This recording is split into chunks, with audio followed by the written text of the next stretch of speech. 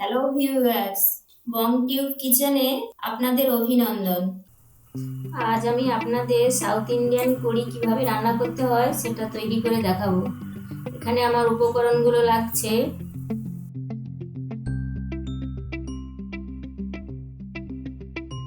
বেসন, টক দই,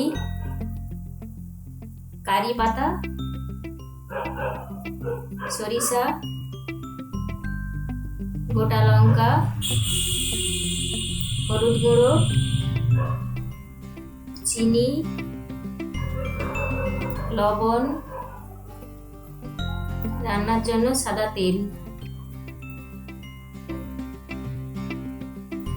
আমি উপকরণগুলোকে এইভাবে সাজিয়ে নিয়েছি।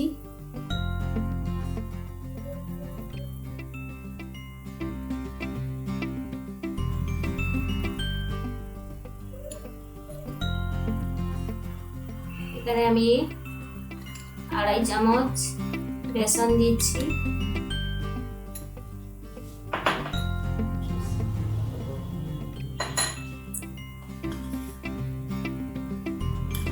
সামান্য লবণ,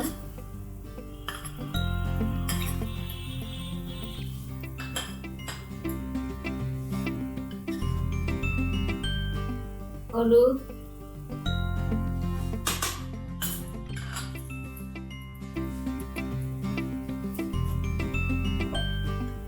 এবার বেশ কিছুটা জল দিয়ে ভালো করে ফেটিয়ে নেব যাতে দানা দানা না থাকে।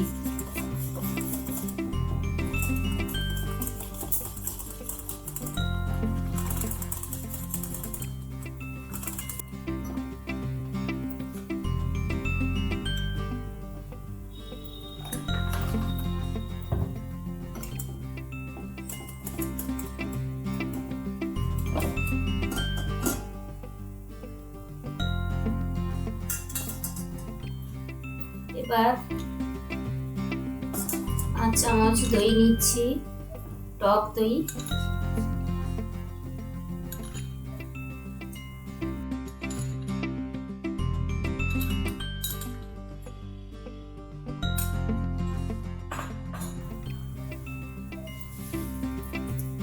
সামান্য চিনি দিচ্ছি।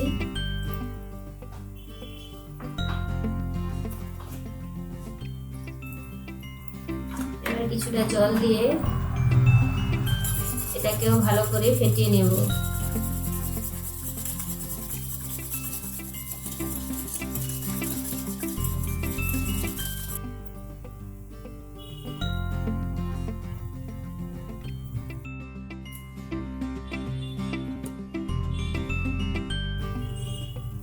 কড়াইয়ে বেশ কিছুটা সাদা তেল দিয়ে দিচ্ছি।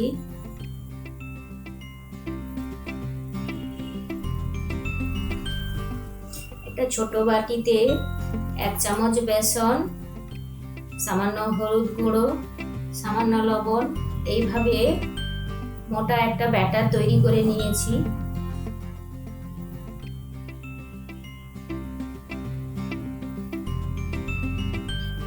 ছোট ছোট বড়ির আকারে ওই ব্যাটারটাকে আমি ভেজে নেব।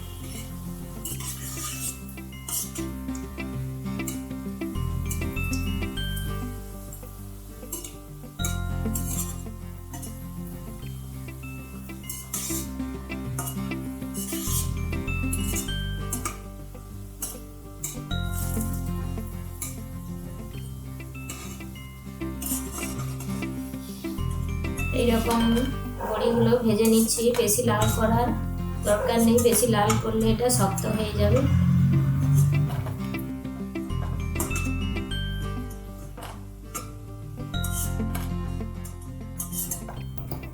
আমি ভাজার জন্য যতটা তেল নিয়েছিলাম ওটা কিছুটা কমিয়ে নিয়েছি, সামান্য পরিমাণে তেল দিয়েছি, এতে গোটা লঙ্কা দিচ্ছি, সরিষা ফোড়ন দিচ্ছি, এখন কারি পাতাগুলো দিয়ে দেব।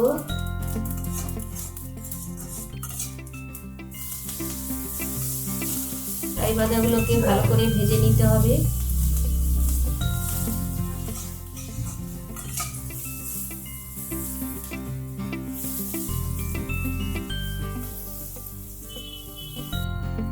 এবার বেসন গোলা জল দিয়ে দিচ্ছি। এবার এর সঙ্গে সঙ্গে টক দই দিতে হবে। টক দই দেওয়ার পরে একটু নেড়ে মোটা মনে হলে সঙ্গে সঙ্গে এতে জল দিতে হবে পাতলা করে।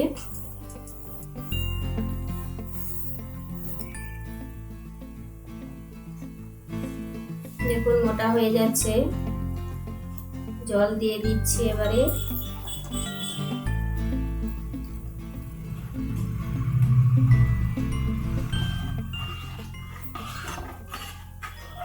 দেখুন এইরকম ভাবেই পাতলা রাখতে হবে।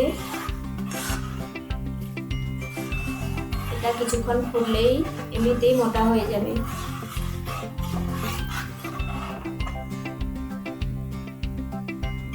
সামান্য হলুদ দিয়ে দিচ্ছি, স্বাদ মতো চিনি,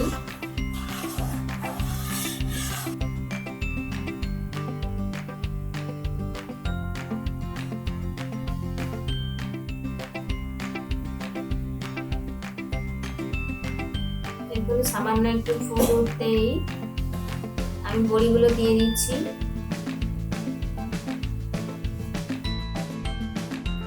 এইরকম ভাবেই মোটা থাকবে জুসটা, এইরকম মোটা হবে।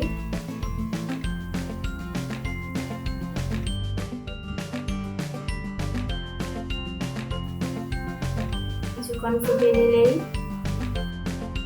রান্না রেডি।